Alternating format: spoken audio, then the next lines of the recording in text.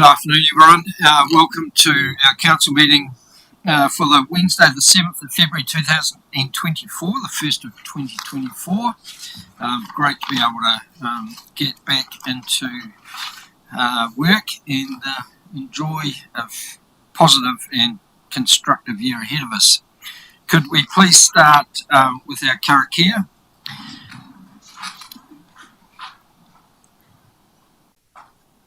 Whakataka te hau ki te kuru, whakataka te hau ki te tonga, kia mā kina kina ki uta, kia mā tau te araki tai, e hia ki ana te atakura, hei tio, hei hoka, hei hauku, ti hei māuiroa. Thank you. Apologies, I'd like to move the apologies of Councillors Young and Tamihana. Could I have a seconder for that? Councillor Grimstone, thank you. All those in favour? Sorry, we do have also an apology for lateness from Councillor Proctor.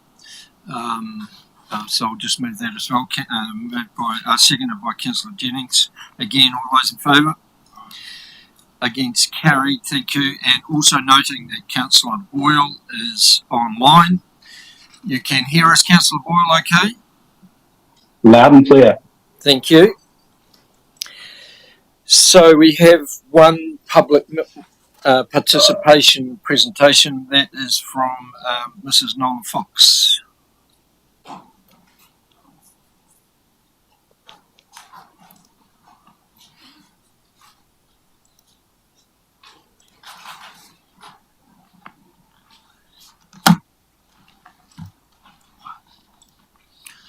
Welcome.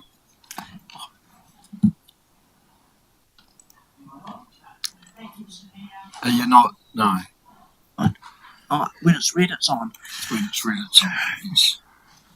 Thank you, Mr. Mayor, councillors, CE and council staff.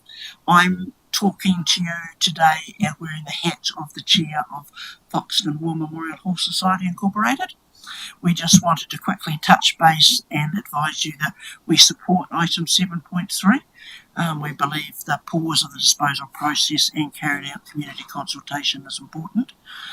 We'd also like to quickly just take the opportunity to remind councillors that the gifting was for the land and a building that was altered, not demolished, and that the Foxton Borough Council minutes reflect the intention was to bind future councils, even if we can't find the document, and that it was a purpose-built building for a War Memorial Hall and a community centre, and the beautiful TANS complex does not provide everything that Foxton as a community needs.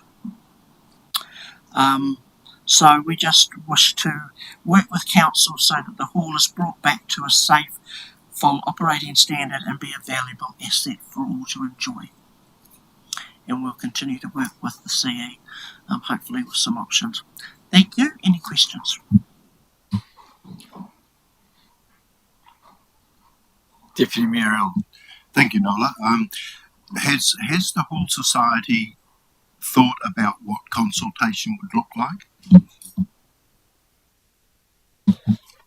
Only in the fact that we'd like probably a number of options to be, and we intend to take up an offer from the CE to meet with her hopefully and maybe start those conversations as well as options of where to next, depending on what further research, which we also are carrying out, to try and find relevant documents in a history of where things burned down in Foxton. Councillor Grimstone. Yeah, Nola, just interested in the comment around TANS not providing everything that was suitable. So I guess, keen to understand what wouldn't be provided through that forum or through any other publicly available facilities that are in the Foxton area. There's no other public in the Foxton areas. There's no kitchen to hire. It cannot host weddings, funerals, 21st, or carry out things like line dancing are some of the limitations. It's a valuable asset, there's no two ways about it, but it doesn't meet the full range of a community centre's needs for the community. The local school, high school, can't have liquor on site and it's not available during the daytime, so that those sort of venues then can't occur. We can't rebuild once we take it down. Councillor James. Hi Nola.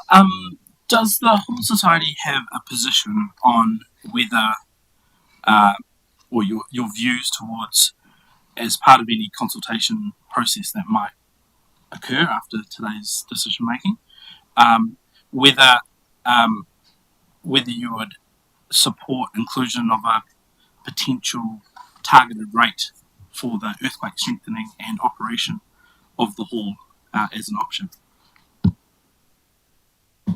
I would certainly put it to the community as an option, but I would bring you back to the fact that in 2014 is when it was identified, and as councillors, only some of which are here, but the previous councillors had that opportunity to do targeted rating to pay for earthquaking in 2015 onwards. So now we're in a position of escalating costs. A council that's got huge constraints on its budget and income, which is why we believe having something like an authority to operate with the society would allow the asset to be retained by the ratepayers in the council's name and allow us to get that funding through organisations that will fund a registered charity.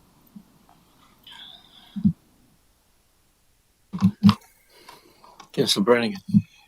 Thanks, Nola. I wasn't going to ask this question today, but I will because it was opened up by Councillor Cronstein. But has the Hall Society given, because as you said, there's nothing in Cairns that provides what the community needs, and you've touched on weddings and 21st, etc. There's nothing else in Foxton. In fact, there is, and it's the RSA building. Has the Hall Society at any time had any conversations with the RSA around some kind of collaboration should the War Memorial Hall continue to be disposed of by council, given all the challenges that the hall has around the earthquake strengthening, which of course has been put on all of us by central government regulations? Has there been any conversations about that, given the fantastic facility that's sitting there doing nothing? And for me, that there must be an amazing opportunity there, and if not, why not? No, we haven't had any conversations. I think he's on the committee. I'm not sure if he's currently the chair of the RSA in Foxton, is David Roach. He can't be here because his wife's unwell, and he'd be best to answer that question, but we haven't had any formal conversations because of internal divisions amongst the RSA.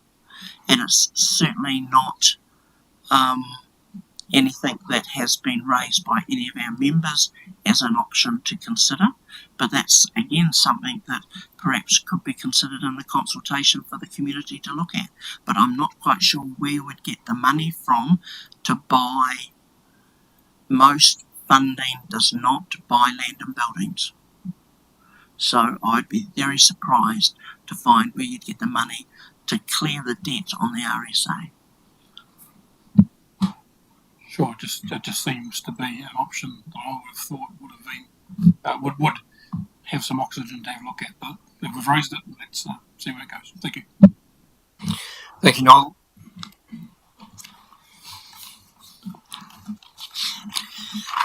Right, let's move into our meeting now. Welcome again to staff, those that are listening and watching online, to now a member of the media that is present as well, and everyone else. So, no late items. Are there any declarations of interest? None, thank you. Could we then move to confirmation of the minutes, meeting minutes of 13th of December for Council, and the meeting minutes in committee meeting of Council 13th of December 2023, that these be accepted as a true and correct record. Seconded by Councillor Brannigan. All those in favour? Against? Any issues arising from those minutes? Councillor Jennings. Thank you, Mr. Mayor. Yeah, look, I was just going to raise a point around the in-committee minutes, and so I'd foreshadowed that to the Chief Executive, but I think I might just let it pass, because I think there seems to be support for the minutes as they are, so let's just get on. That's cool. Yeah, and obviously any items could be raised in committee later on if you wish to. Okay, let's move to reports. 6.1, the mayoral report. Just like to note the focus on the reopening of the Foxton pools, and I'm sure that during the organisation performance report that Mr. Harvey might have an update for us in terms of how that's progressing. But are there any questions from that? Could I just move 2.1, 2.2 that the report be received? Seconded by Deputy Mayor Allen. All those in favour? Against? Carried. Thank you. Moving now to 7.1. The long-term plan option to have an unaudited consultation document. Could I move, while Cara is coming to the table, move 3.1 and 3.2. Seconded by Councillor Olsen. All those in favour? Against? Carried. Welcome, Cara. Thank you, Bishop. Good afternoon, everyone. I take the paper as read and present this paper seeking agreement that, as permitted by the Minister of Local Government, Council agrees to have an unaudited consultation document for the long-term plan 2024 to 2044. The paper sets out the advantages and disadvantages. We have had further conversations with Audit last week and today, and can confirm Audit is looking at all LTP documents, and through this audit process we're expecting that any matters will be raised and addressed. Because they're not auditing this consultation document under this proposed option, they would not be issuing an audit letter to be inserted into the consultation document. Audit's process includes 7 specific modules focused on the different documents and information supporting the long-term plan. However, we do want to speak to a risk that remains. Because of the process, there is the possibility that we may get to the end of the long-term plan process and find something not identified in their pre-consultation audit that affects their final opinion. So we present this recommendation with the best knowledge we have today. We also note that on Thursday, tomorrow, Council Chief Executives have been called into a briefing with the OAG, and there is a possibility advice could change. Once that advice is known, if it's felt that the advice received tomorrow would provide a better option for Council than that presented today, we would bring that back to Council. Thank you, and we're happy to take any questions. Can I just ask, maybe the Chief Executive might be able to, then is it necessary that we make that decision today, or can we just wait till that advice is received tomorrow? The challenging predicament we're in is that we have audit here already, and if we are going to have our consultation document audited, we need to provide to audit that consultation document by Friday. And so it will be all hands on deck to meet that time frame. There's nothing that's been suggested in the invitation for tomorrow that means that that option of not auditing your consultation document will no longer be there. It's more about what mechanisms or how the Minister is choosing to include that in the legislation, which he intends to introduce in the House in a couple of weeks. If Council were wanting to wait until additional advice tomorrow, probably what I'd signal is it would require us to consider some form of extraordinary meeting pretty soon, because while officers have offered the recommendation and we've obviously signalled to audit, we don't think our consultation document would be audited. We've been very clear to them that it's not our decision to make, it's important, it's a decision of our governors. So I do think it's important that Council still consider and make our decision today, whether that be the recommendation or whether that be to err on the side of caution and to still have the consultation document audited. Thank you. Any further questions for Karen? If there are no questions. If there are no questions. There's not? No, so I'm happy to move 3.3, Mr. Mayor.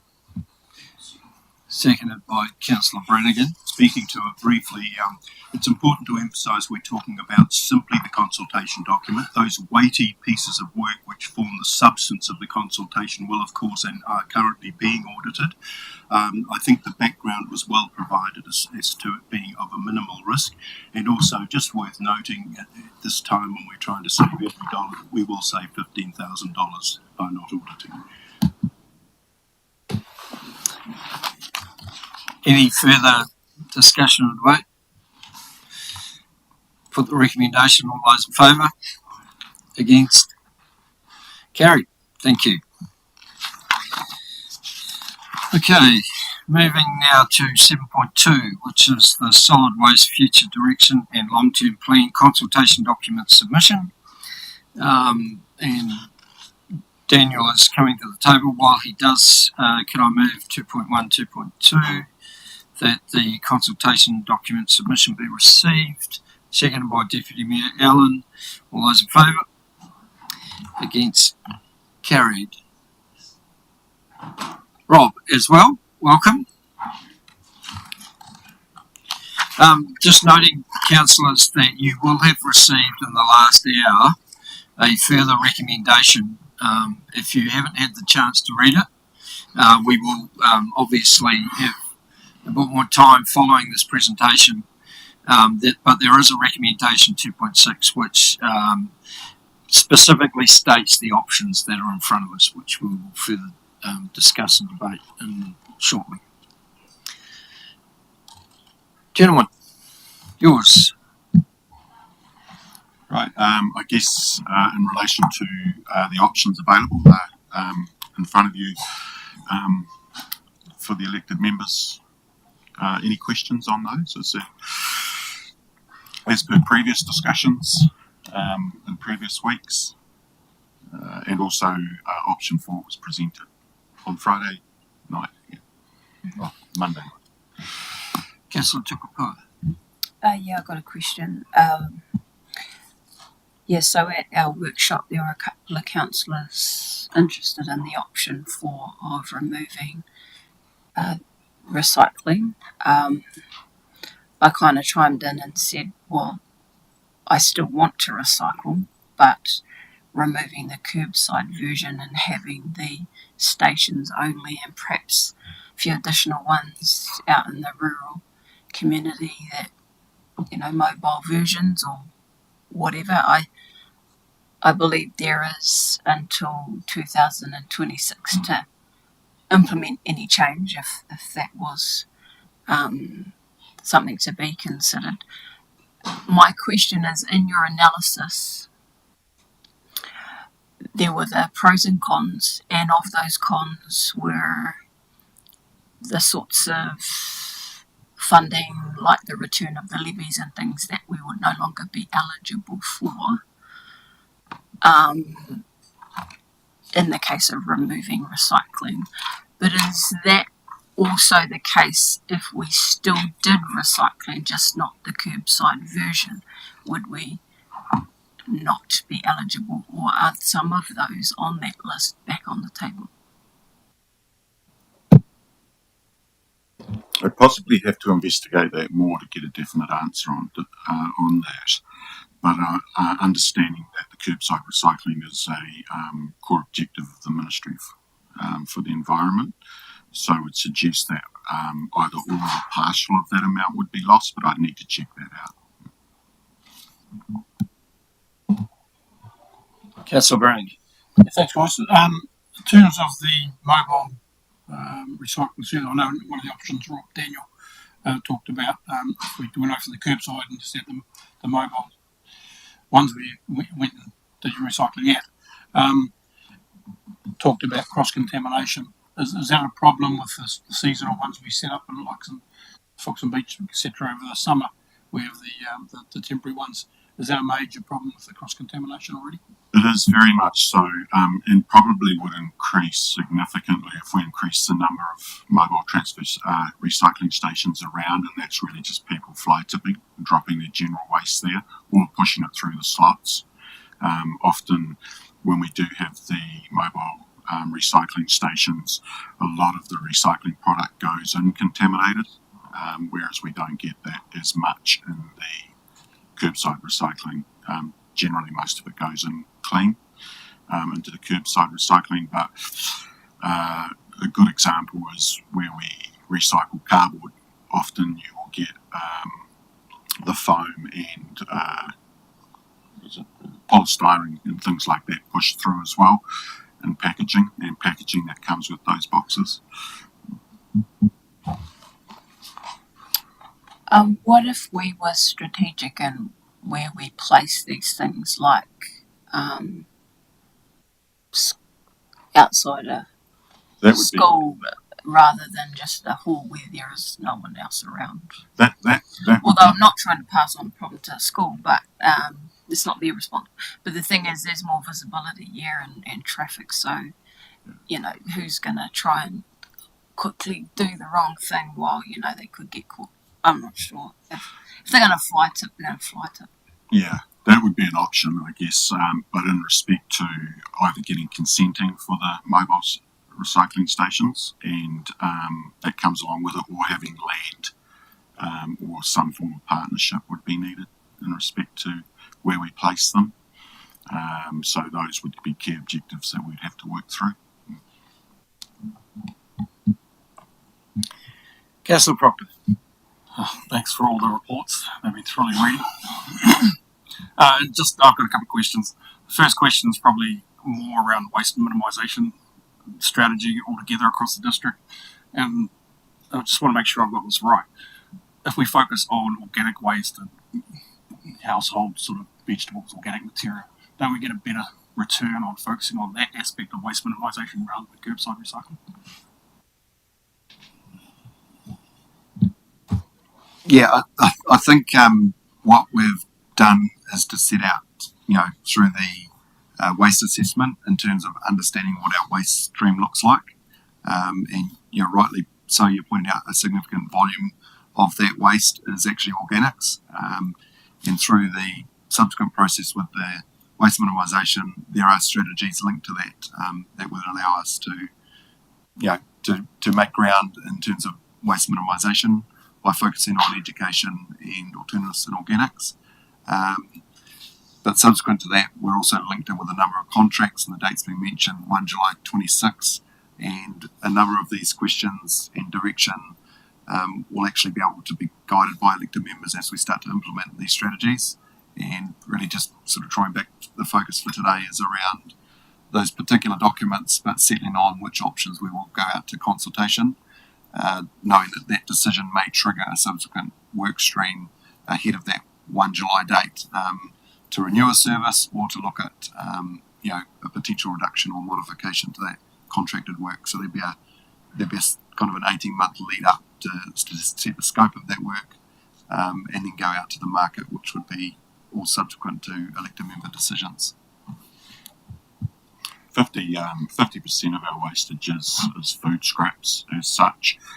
Again, though, given the fact that we've just closed a landfill, there would be consenting issues aligned with that, as well as, again, picking up that recycling. So we'd be moving back into the recycling game, curbside recycling, which would possibly go better in hand with our existing curbside recycling if the two were done together. But we'd have to do a business case that took all that into consideration. Councillor Tukupa.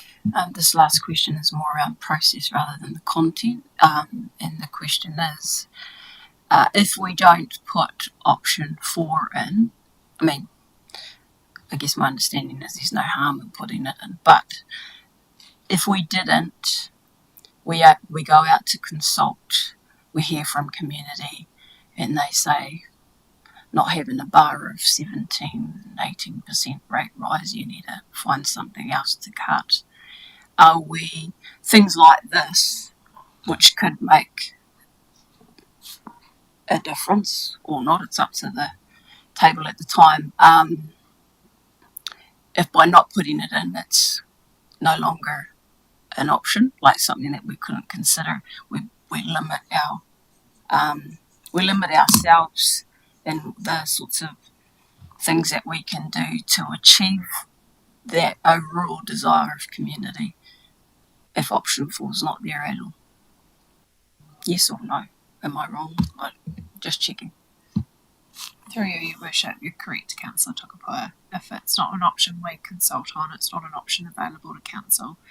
And obviously the curbside recycling service is a level of service, and so that means it triggers that Section 83 process, which you do during a long-term plan. Just the only word of caution I'd add is that obviously Council has a current contract for the provision of this service, and so just to manage expectations around and so Council would need to think of other ways to bring that rates increase down below the 17%, whether that be the funding mechanism around curbside recycling or whether that be other levels of service. Councillor Jennings. Yeah, look, just following on from that stream of dialogue, this is sort of on point with the line of questions I had. And so I'm kind of looking for some advice, because my concern is that through this process, I wanted to test the role of what the role of Council is in relation to just general waste, as in our role in terms of curbside bags and even the transfer stations. And so my reading of the assessment and the plan at the moment talks about essentially maintaining the current level of service or potentially increasing participation in the waste market or increasing that level of service, but there's no reference to potentially getting out of that game. And so by excluding that from the documents, are we actually removing that as an option going forward? So that's what I was wanting to test first. Because at the moment, so on, like for example, on page 113, we talk about one of our goals is best price disposal of urban waste. Page 148, provide affordable disposal of residual waste. So, and I get that around this table through the workshops and briefings, there's been that. We've communicated that there's that level, that there's the desire at this stage in terms of consultation to consult on sort of retaining that current level of service. But yeah, I just wanted to clarify that if I was keen to put on the table that through the consultation process, I'd like to test whether does the community actually support Council playing a role in the urban waste game, that we would need something more express in the documents as they're currently drafted in order to make that happen. Through you, Your Worship, I wonder, Councillor Jennings, whether the WMMP could have in its introductory section a comment that reflected the journey that Council's been on around waste, so kind of acknowledgement of the decision around the landfill. And if we think about kind of as we approached the long-term plan, this was going to be the long-term plan that was going to resolve all our waste minimisation and management matters. And obviously as we've gone through the long-term plan, we've all learned that the solid waste activity needs far more time and attention than it may have had historically, and so we've not answered some of those big questions around, for example, provision of rubbish service in the way that we might have thought we would have a year ago. And if we even think about the WMMP, that was going to be this big visionary process, that whole getting the basics right is actually a thread through this, because the long-term plan is actually about just making sure that we're rates funding a service and how we're rating for the provision of the service. It's not necessarily been some of that real futuristic work. So I think that we could capture some of that language in the WMMP that at least signalled to the community that as officers, for example, we have promised a future report around the rubbish bags and the provision of rubbish bags, the cost benefit analysis about who pays and who's subsidising what. But we're not ready for that stuff for this long-term plan. So I think what I'm hearing from you is a concern that the WMMP might shut off future decisions or future options, and I think that we can certainly write some words to make sure that that risk is mitigated. Yeah, look, that's exactly what I'm after. And it was probably, and I'm sorry to introduce us at the sort of 11th hour on this, because it was just reading the documents where there was reference to the October 2025 contract expiry. So even putting aside the recycling, which comes in 2026, this is the decision that will probably come sooner than others. So if the document can talk to that options are still on the table, I think that's an important, well, that's what I've been looking for. Yeah. And just further to that, just again to manage expectations more than anything. So obviously in pre-engagement, we tested with the community around do they support the rubbish service. It was pretty overwhelming feedback. I think 9% of the feedback said no, we don't support council providing a rubbish service. However, we've committed to doing some work. We have a contract that finishes 30 June next year. That work needs to take place this year. If through that work and through the options that we present in front of council, you want to have a different conversation with the community about a different type of service offering, that's a level of service review, and so we will need to consult with the community at that time. Councillor Proctor. Yeah, that was kind of my second question before Sam jumped in there, is that, and following up on the fact that, we could achieve more outcomes in waste minimisation through looking at other products to collect and dispose of rather than curbside recycling. Are we locking ourselves in for the next 20 years on a particular model, and when we should be looking at other options, have a much more adaptive management system to waste, but also something that's district-wide rather than just focusing on the urban areas as usual? Yeah, I think that's one of the, through you, Your Worship, one of the key points that have been highlighted, that through this long-term plan, when we started out on the journey, there was aspirations around rolling out kitchen waste collections, green waste services. Those all come at a cost. So, we're in a position now where we're actually looking to get the rating system right, consult on level of service and ensuring that those that receive the service are paying for that, whilst we then investigate a number of other opportunities in waste minimisation that line up with those contract renewals. So there will be a range of options that, if an alternate collection service or some service can be aligned in parallel, we would bring some numbers and some direction for elected members to guide that process moving forward. Do you think the options provided so far provide enough detail around the ability for people to support or opt out of different options as well, depending on costs and user costs? I mean, I got a little bit confused on whether people had a choice to opt out of different options or not. I don't. I'm not sure that would be advantageous for our organisation to move into providing ratepayers with options. That's an area that we probably want to stay away from or avoid, purely because we wouldn't be able to control the service, especially given the fact that we've got private contractors and we're liable to pay them a set amount of dollars. We could end up paying for a service that's only provided to a quarter of our people. So having an option to the options isn't an option. It's just not when it comes to striking of rates. It's either a fee and charge service or it's a rates service, and so far this has all been assumed it's a rates service. I'm surprised Councillor Janice hasn't jumped in and had a bit more of a diatribe around user pays and having more freedom. And we're just asking the officers questions at the moment. If given the opportunity, I'm sure he will. Have you got a further question? Just one last question. So one of the recommendations asks us to endorse the waste assessment. And so on page 58 of the agenda, there's a table there. It's called headed up Statement of Proposal to Meet Demands, and so it's got a number of different options there, and then a photo column on the right that says support, not support.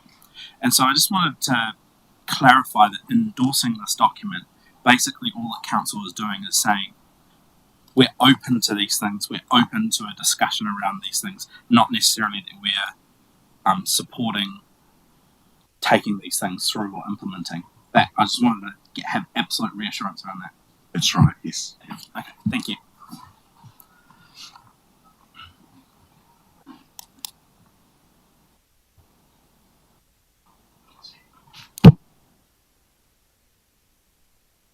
No further questions. Thank you, Rob. Thank you, Daniel.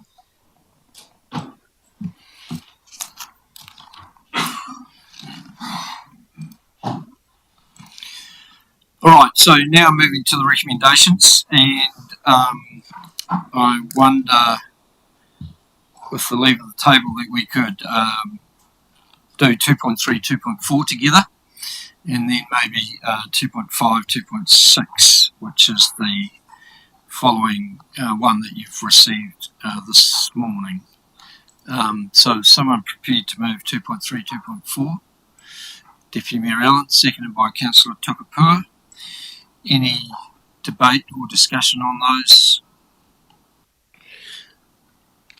Put the motion. All those in favour? Against? Carried. Thank you. Has Rogan got his camera on? No, no camera. I'm in support. Rogan, for voting though, I think it's important that you do have your camera on. Great as, will do. Thank you. Councillor Tukapua, you wish to... I'll move 2.5, 2.6 with the inclusion of option 4, please. Okay, so 2.5, that Council endorse the landfill and recycling consultation options document, noting the key elements will be included in the long-term plan consultation document and supporting information, which Council will formally consider the adoption of on the 6th of March 2024. And 2.6 reads that Council endorse for consultation options 1, 2, 3 and 4 on the future provision of curbside recycling services as part of the long-term plan 2024 to 2044. It's been moved by Councillor Tukapua. Is there a seconder? Deputy Mayor Allen. Any further discussion or debate? Do you wish to speak to that, Councillor Tukapua? Yeah, I don't have to be long because everyone heard the question and the answer around whether to include option 4 was, I guess, gives us some room at least come deliberation time once we've heard from the community about whether they want to see more movement. It just, yeah, I need to hear it, and this will allow that to happen, and I hope others will like that too.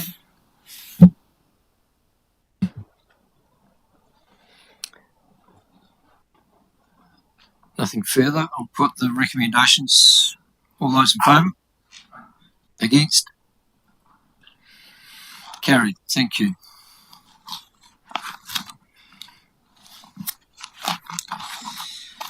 Okay, moving to 7.3, update on the Foxton Memorial Hall disposal process.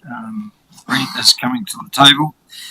Can I move 3.1, 3.2? Seconded by Councillor Brannigan. All those in favour? Against? Carried. Thank you. Welcome, Brent. Good afternoon, Your Worship, councillors and members of the public. The purpose of today's report is to provide you an update on the disposal process for the Foxton Memorial Hall, which, as we know, is an important topic to many within our community. The report today provides an overview of the recent developments surrounding the disposal process of the Memorial Hall, and not only shed lights on the request for proposal process, it also provides some background in terms of historical context and legal considerations that underpin future decisions regarding the way forward. In preparing for the disposal of the hall, Officers were confident we had taken every step in terms of checking the process and backgrounds ahead of disposal.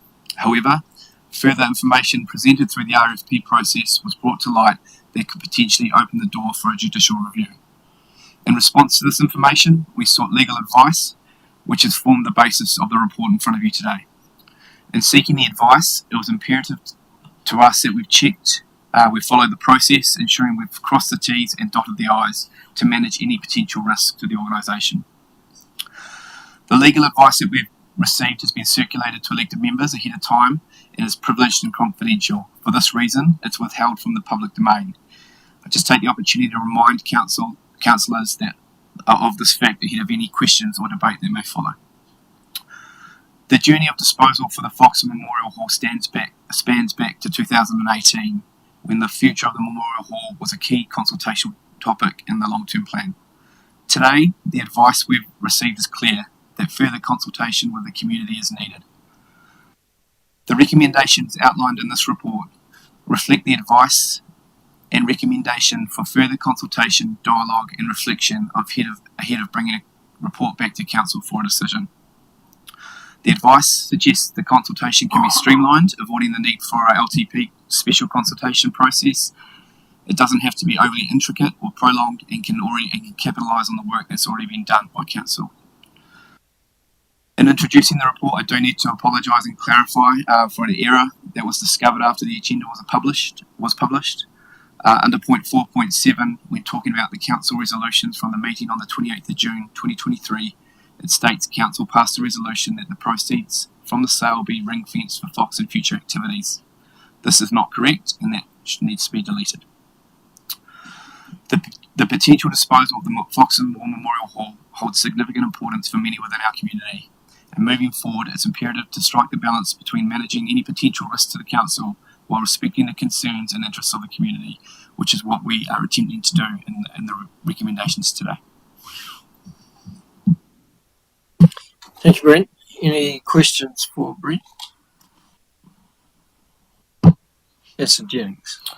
I just wanted to explore with you around if option 1 succeeds, which I'm certain it will probably, given the advice, what the consultation process could or should look like. And because, can you just explain, based on option 1, what steps would Council take in terms of the consultation process, and what would be the nature of the question be that we asked, or would this come back to Council for us to design what the consultation process looks like? Through your worship, based on the legal advice that we've had and also acknowledging the very comprehensive community consultation that Council has had on this matter over many years, the expectation is that it would be a very simple community consultation process where it's not to the extent of what you might see in a formal consultation process. So I don't think we can anticipate it looking like, for example, the Waikawa Beach Accessway consultation that we're underway. That's a formal consultation process. This is consultation. This is about making our community aware of Council's intention and providing a platform and a mechanism for community to have their views heard. What we would intend to capture in that consultation is some information about the history, the how we've got to where we are, what Council, the why Council had proposed to dispose of the asset, but also provide some information about consequential outcomes. So if Council wasn't to dispose of it, what would it mean? So, for example, there is no budget. There is no money in our budget from 1 July 24 for this facility because there has been an assumption made that the facility will be disposed of. But we don't intend, unless given direction otherwise from Council, that there is significant time or money spent on this consultation process, because the legal advice is we have done consultation on a number of in a number of ways. However, time has passed, and it's important in particular that we have met the requirement under the Local Government Act around what disposal of a park, and this facility comes under the definition of park.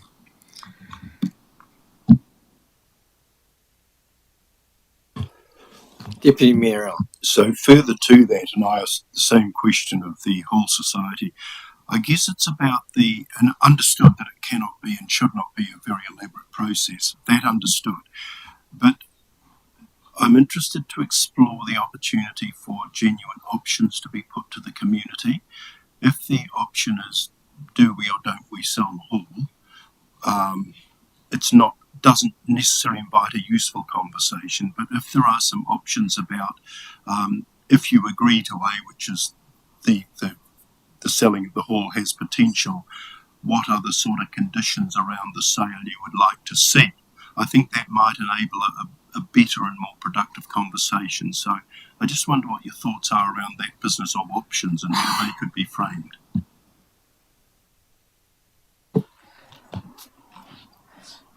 I think what I'm really mindful of is the previous council resolutions and direction about the future of the hall.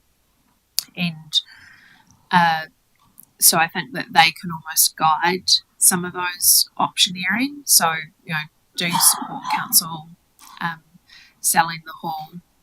If so, does it need to be sold locally, or is this an opportunity for enterprise? If not, where do you think the proceeds of the hall should go? And I think we've got some good direction on that from previous council resolutions. I suppose I just would caution council that this is about meeting a requirement of an act about the disposal of what is considered a park in its widest interpretation.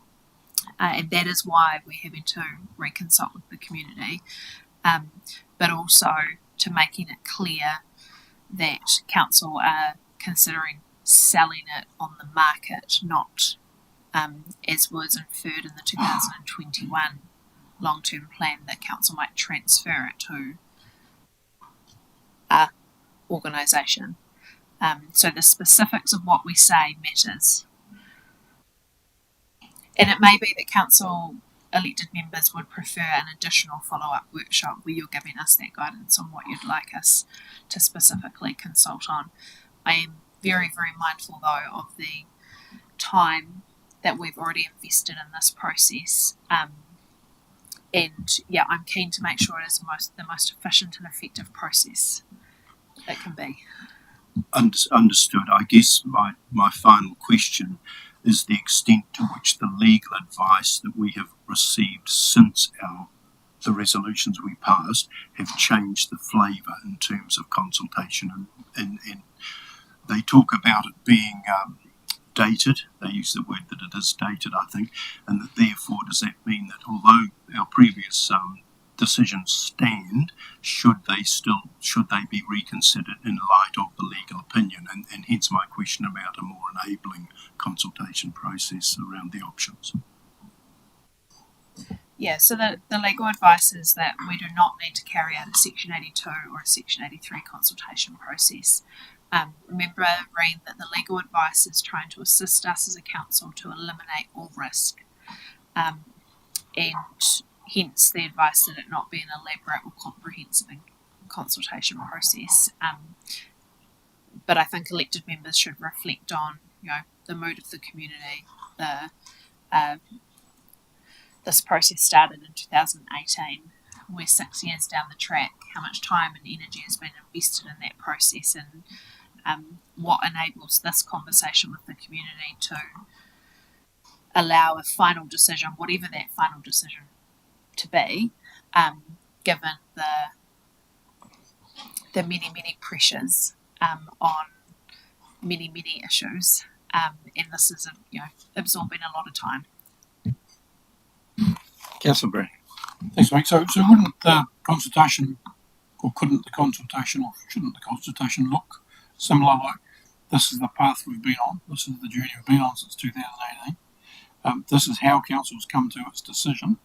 this is the realities of this hall in terms of financial rate impact if it's continually funded by the council, etc., etc.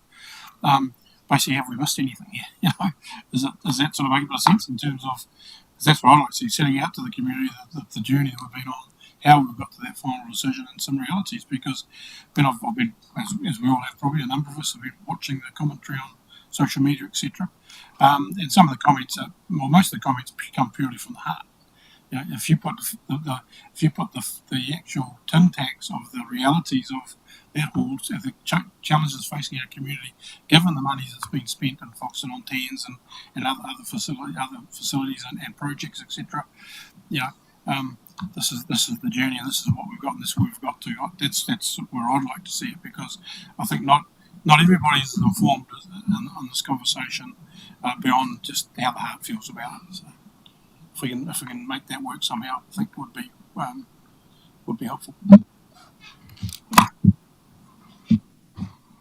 Yeah, like I think between the way that Councillor Allen and Councillor Brannigan has described it, there's a kind of a compromise in there about how much information we provide in some of those options available to council.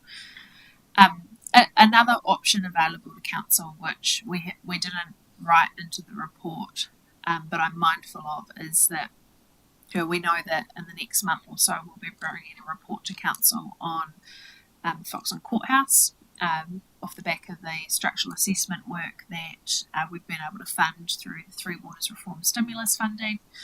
We also know that we have a report that we need to bring to council around some decisions around the re-roofing of Coronation Hall, Mavtech, and some of the aspirations that the community have around Mavtech. Now, all three of those properties are currently formally on council's disposal list, albeit they've got a different pathway based on subsequent council decisions. For example, council's decided to invest some funding in Foxton Courthouse. So I suppose just reflecting on that question from Councillor Allen, which is an important question around the options we give to the community, I'm just very mindful also of the siloed nature and the way in which we might have that conversation when we've got some future work we need to, and some future advice we need to bring to council around some other really important historical community facilities in Foxton as well. Councillor Tupuno. The consultation, whilst it's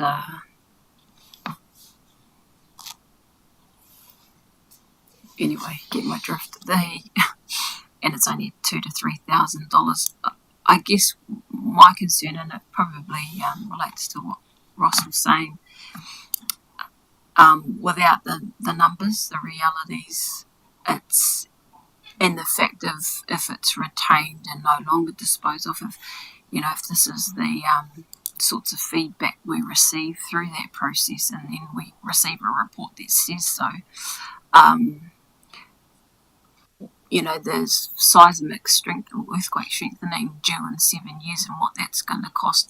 Those sorts of numbers, and when I say who's paying, Memorial Hall's general rate, everyone's paying for it, so it's why are we not asking everyone? But then I get that we don't want to consult too big and wide, but actually, if everyone's paying for it, shouldn't you be asking them too, potentially, if it was to be retained?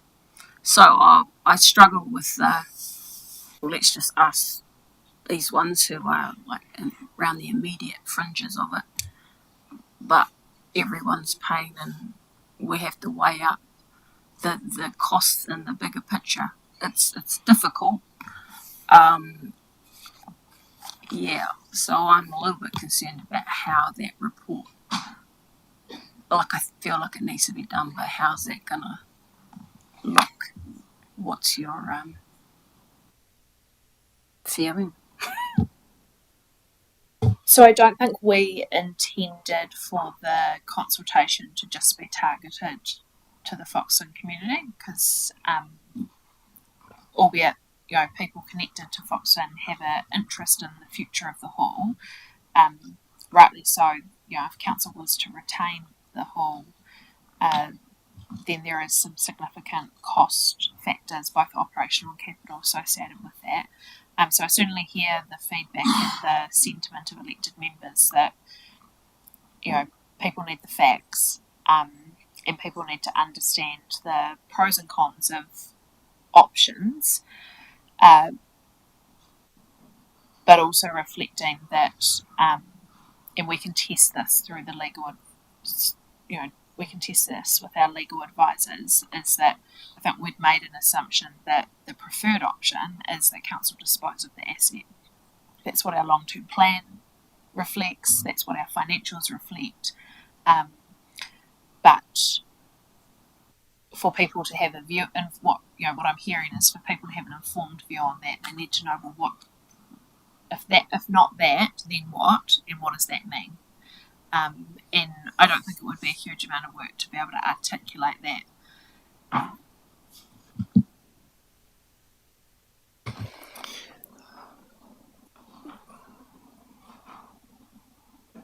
Have you moved the recommendation? Thank you, Brent. Just want to probably check in with the Chief Executive that in light of the conversation around how that consultation progresses, is the 20th of March 2024 still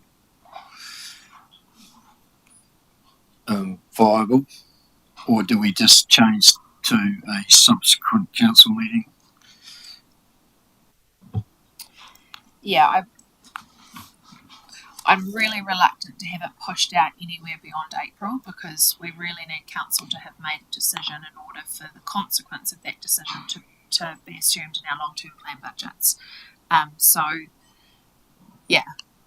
think our commitment is to bring it to the April council meeting at the very latest. I think my staff will tell me there is no April council meeting because it's probably long-term plan. Is that right? Yeah, so we'll figure something out. 1st of May, maybe.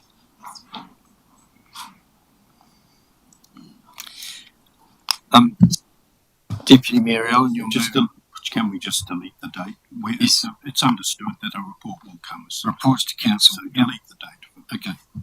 So we now read 3.3. The council requests the Chief Executive to pause the potential disposal of the Foxton War Memorial Hall and undertake further consultation with the community in respect to the disposal of the site. 3.4. That council requests the Chief Executive to seek to make contact with the New Zealand Woolpack and Textile Limited or those associated with it in relation to the agreement with the Foxton Borough Council. That the Chief Executive reports to a council meeting with results from further consultation and recommendations on a way forward. Is that how you intend? Do I have a seconder? Councillor Olsen. Any further discussion or debate? Councillor Jennings. Won't take very long, but there's lots I'd like to say about this, but I won't, because there's no point fueling debate around this, because this is pretty... Anyway, I think that what is critical is the consultation piece and what the option, how the options are framed, because certainly I'm of the view that the don't dispose option needs to be really clear about the cost and consequence of that, because from my perspective, if the Foxton community in particular do want to back that option and want council to invest in that asset, then there does need to be a further discussion around targeted rate or some sort of funding discussion, because we have previously determined that this asset is not a core asset, and in terms of our own property policy. So yeah, look, I'd want to make sure that through that consultation document or consultation exercise that we're being really clear about that what it means if the community votes not to, or community expresses a view not to dispose of that asset. Deputy Mayor. Just wish to briefly address the targeted rate scenario, which has been raised once or twice. I think we have to be very cautious about introducing that in isolation over a specific project. It is the understood position of council that the halls and so on are district-wide and are paid for district-wide. And so to say to a community, if you want it, you're now going to have to pay for it, is part of a much bigger discussion. It sits, I think, at a higher policy level rather than in a specific, under a specific proposal. So I just flag some concerns about that. Okay, the recommendations are on the table. All those in favour? Against? Carried. Thank you.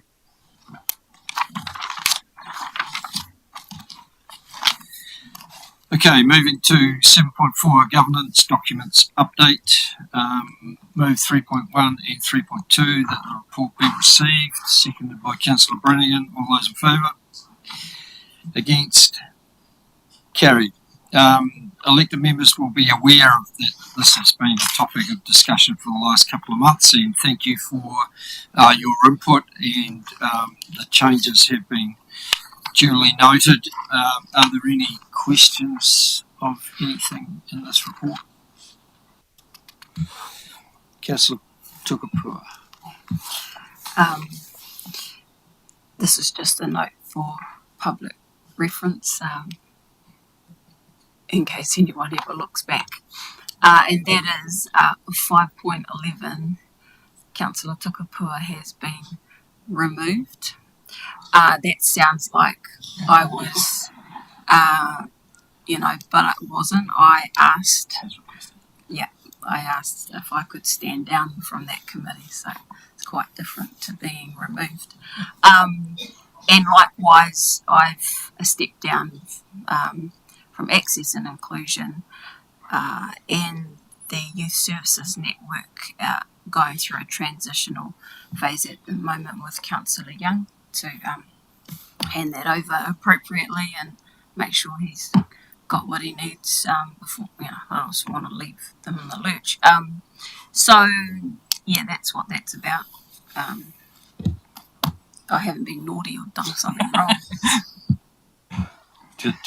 Just speaking briefly in support of that, just to recognise the significant workload that Councillor Tukapua was undertaking up until her removal, and just to acknowledge that with gratitude, Councillor Barker and Councillor Young, who have kindly stepped up to those positions, because in all seriousness, Councillor Tukapua was undertaking a very significant role, and we're very grateful for it.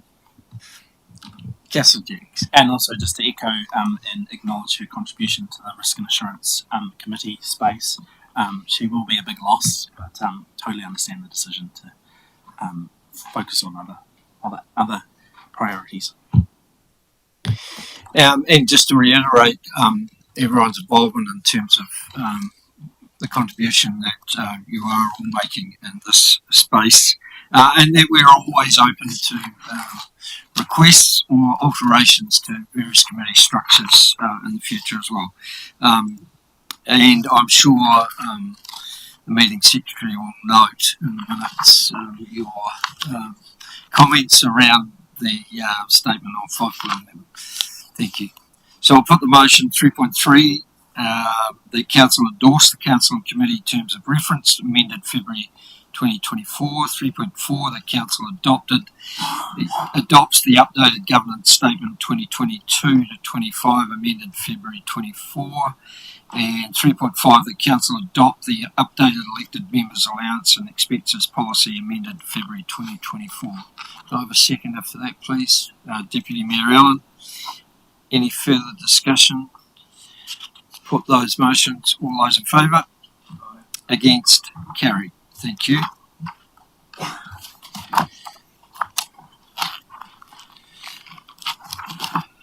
Moving to 8.1, the Horowhenua District Council Organisation Performance Report for February 2024, which you have under a separate cover. Can I just move 2.1, 2.2 that the report be received and recognised as not significant? seconded by Deputy Mayor Allen. All those in favour? Against? Carried. I've not asked members, the officers, to present themselves at the table, but are there any questions that anybody has for anybody? Councillor Jennings.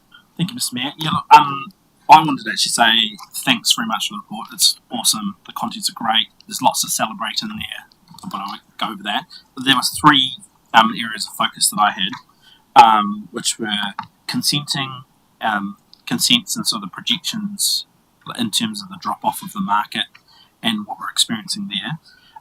There was reference also to risk around the sludge truck that I was keen to talk about, and an old hobby horse of mine, SSP, around the library visitor numbers, and just what we're doing around that. So do you want me to take them one by one, and how do you want to? Yes, please. Well, so yeah, if we could just have turned to the consenting projections. Obviously, there's good commentary about where we're tracking in terms of consenting numbers, what we're looking, what we're seeing in terms of the market, and I understand that for this current financial year, it's we're probably going to be there or thereabouts in terms of the growth numbers, but it's probably going forward, and we're obviously going through an LTP process where we're talking about DCs, growth numbers, fees and charges, all that kind of stuff. And so I just wanted to give you an opportunity to talk about, are we going to have to look at, or how are we going to manage things potentially getting worse, and perhaps looking at making sure we've got some space, particularly in terms of DCs and other things, to be managing any further drop-off or slowing of the market, because certainly the graph indicated that there's likely to be pressure for the rest of this year, probably 2025 picking up 2026 was my reading. Yep.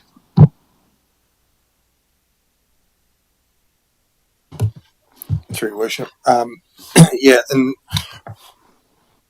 I guess, from a market perspective, it's obviously pretty quiet and bounce around a little bit at the moment, but with the road and projected growth that we've been talking about for some time, then we'd expect to see some growth in that space. I think confidence is coming back, particularly in the building space. You're starting to see more and more building consents getting picked up and restarted where it had been quiet.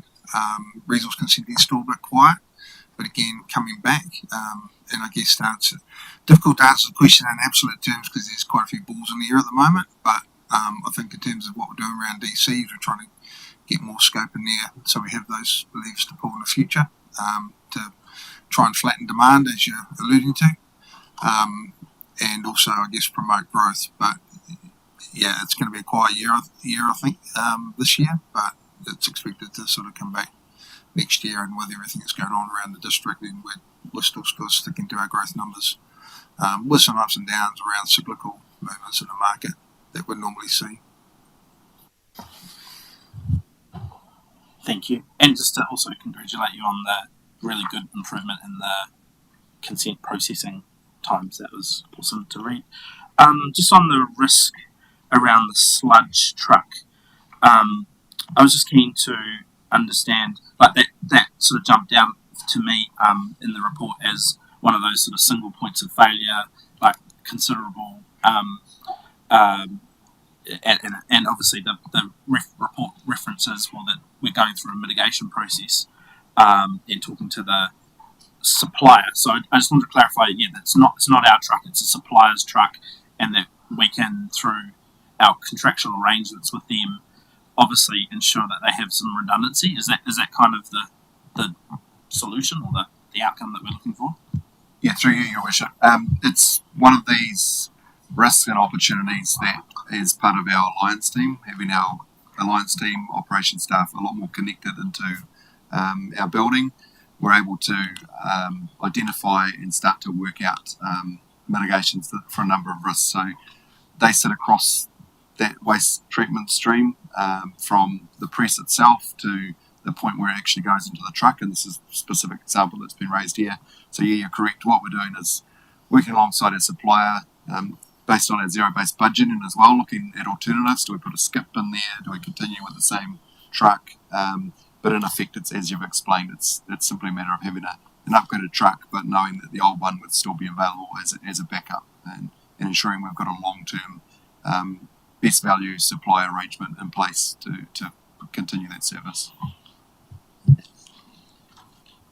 Through you, Your Worship, probably just what I'd want to reassure you on, Councillor Jennings, is that when we're including some of this risk in the OPR, it's not because we need to escalate it.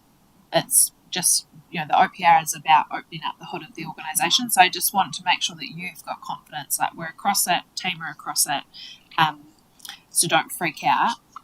But it's a good example of the organisation being transparent about, day in the life of broken down truck. No, it's great to have visibility over stuff that probably would have never thought about before. So that's good. Thank you. So just turning to the last point, which was the SSP, and I'm trying to find it. Mr. Harvey will be familiar with it. It's the SSP that just relates to. We obviously set a target for. We set a service level of X number of visitors that we're aiming to go through our library facilities, and so we're tracking significantly behind for this year. And I just wanted to get invite a commentary around that, because what it means to me, and if I'm interpreting it rightly, is that the level of service or the cost of providing the service is higher on a per visit basis, because fewer people are using the facilities, but the cost of the facilities remains the same.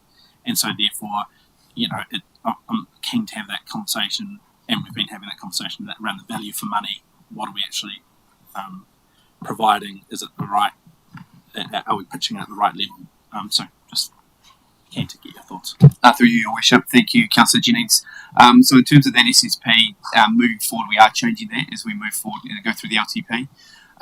What I will say is, while the numbers are down in terms of that measure, they were stretch targets. We knew we were coming off the back of COVID and would be doing extremely well if we're going to meet those targets.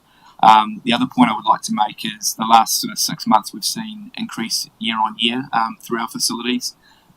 December was a 19% increase last year compared to last year. January was 11%. So we are tracking in the right direction across all of our facilities. But I do acknowledge that SSP is a large number, and we are down quite far on that. And fun fact is that yesterday we had the numbers through the Foxton pool exceeded the numbers through the Levin pool. Just fun fact. I had another fun fact. So only 2 more years to make up for the. Councillor Tuckapoo.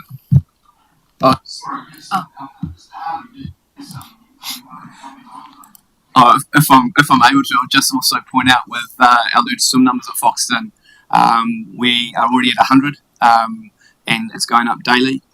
Prior to the redevelopment, we topped out at 100. We never got over it. So it's really promising in terms of that aspect. Councillor Tuckapoo, did you have a question? The page 67 of the report actually turned my attention more towards an insurance question. And look, I don't know the detail of our policies around insurance. I guess at a high level, I know we pay millions of dollars per annum, and very little claims go through. Sort of in the, I think when we had the tornado, it was like 100 and something thousand. Very small in the scheme of things. But when we think about vandalism and theft and this sort of treatment and the security options we're working through on that page, does it make a difference the improvements that we're going to make around our insurances for things like theft, or this has no impact whatsoever. Through your mayor, Councillor Takapua, generally a lot of it is a deterrence, whether it's cameras or fencing. We are putting in better quality fencing and things like that, but often if people are determined to get something, they will get it, regardless of what we put in place. However, we are continuing to improve what we have in place, so hopefully over time the numbers of theft or vandalism will decrease.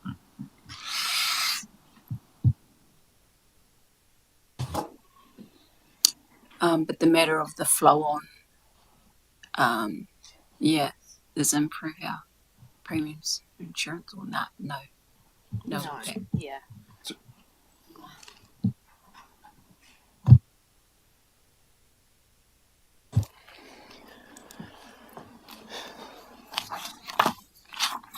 Just reminding councillors that this nowadays too is where you get your financial information from in terms of what is going on in the organisation. And I know this month is not a full quarter. The next month's OPR will have the full quarter in and be a bit more substantive, but just remind councillors around our responsibilities to ensure the financial prudence of the organisation is being kept up to date, and that you are scrutinising that sort of thing, because the Risk and Assurance Committee doesn't necessarily target that information as much as it used to. So just make that comment, but again endorse those comments about how well this report is put together and how it doesn't fudge the issues, and it is upfront and transparent and full of great information. Can I just add to your comments around the financials? Yeah, I mean, the reason I didn't have any questions today was that I thought the explanations around the favourables and unfavourables was really clear. There's nothing that stands out, and probably just the key theme is the cost of borrowing and just the continued pressure that we're experiencing there. So, but yeah, again, I think the report provides a huge amount of assurance in terms of how we're tracking. Councillor Grimstone. Yeah, I'd like to ask Brent Harvey where our 7th green flag park is going to be for our district.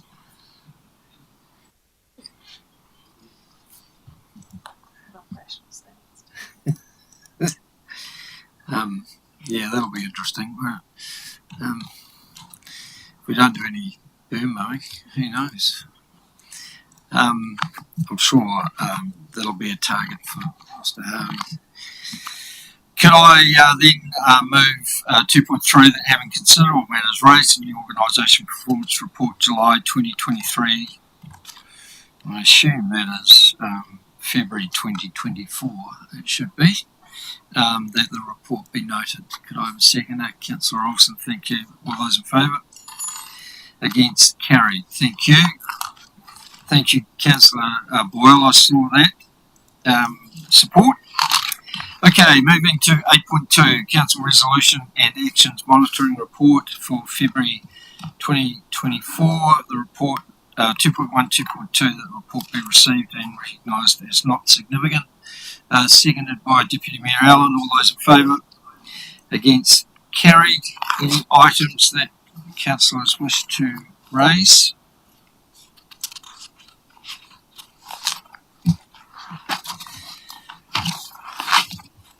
Thank you. Moving to 9.1, the proceedings of the Te Awaho Foxton Community Board meeting of the 23rd of January 2024. The report be 2.1, that the report be received, or the minutes.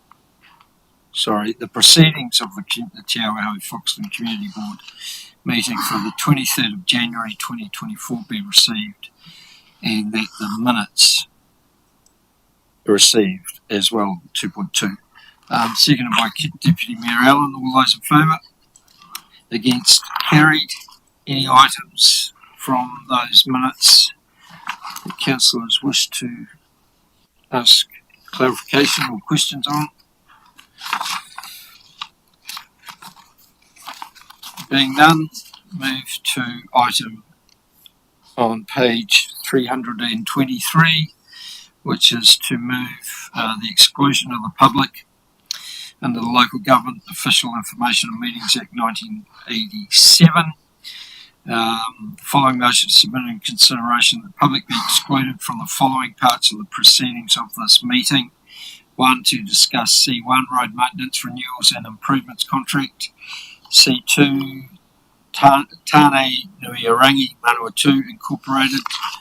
And C3, Council Resolution and Actions Monitoring Report for February 2024. I have a seconder for that, Councillor Olsen. Thank you. All those in favour? Against? Carried. Thank you for your attendance, and councillors will have a 5-minute break while we turn off the live stream and give you an opportunity to gather your thoughts before our in-committee